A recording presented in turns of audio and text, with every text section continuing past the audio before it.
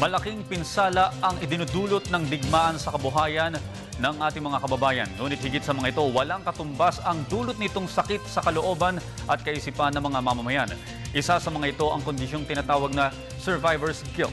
Ang pinagdaraanan ng taong nakararamdam nito ay kung paano ito lulunasan. Ibabalita sa atin ni Bench Bondok.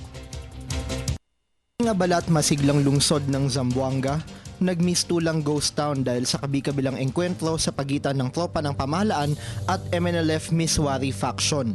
At dahil sa pagsiklab ng tensyon, may mga buhay na nawala at kabuhayan na napinsala. Kasabay ng unti-unting pagbabalik sa normal ng sitwasyon sa Zamboanga City, unti-unti na ring bumabangon ang ating mga kababayan mula sa lagim ng digmaan. Ngunit sa kasamaang palad, hindi madaling bumangon sa isang iglap lamang. Dahil higit sa sakit na pisikal, may hatid na mas malalim na pilat ang walang patid na labanan sa puso at isipan ng mga mamamayan at maging ng mga kawal ng bayan.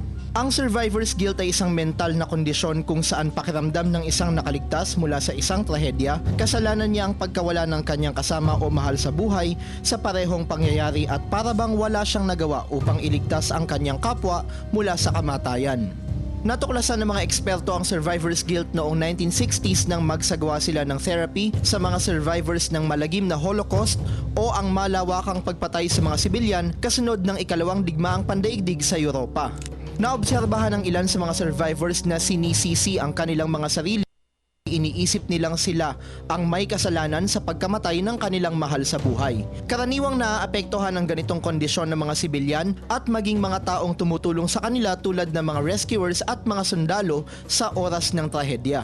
Kung hindi maaagapan, maaari itong mauwi sa matinding trauma lalo na kung nakikitaan pa rin ng mga sintomas ang mga biktima mahigit isang buwan na ang nakalipas matapos ang insidente. Payo ng mga eksperto, hayaan ang mga biktima na ipahayag ang kanilang mga saloobin ukol sa nangyari. Dapat rin silang bigyan ng panahon upang magluksa.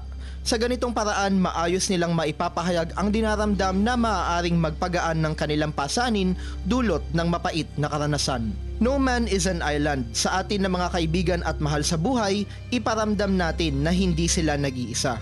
Dahil dito, hindi lamang relief assistance ang ipinaaabot ng DSWD sa mga biktima ng tensyon sa Zamboanga City, kung hindi pati na rin ang stress debriefing upang matiyak na unti-unting mabubura ang alaala ng kaguluhan. Ngunit ang pinakamalakas na sandata ay ang marubdob na pananampalataya at walang sawa nating pagmamahal at suporta.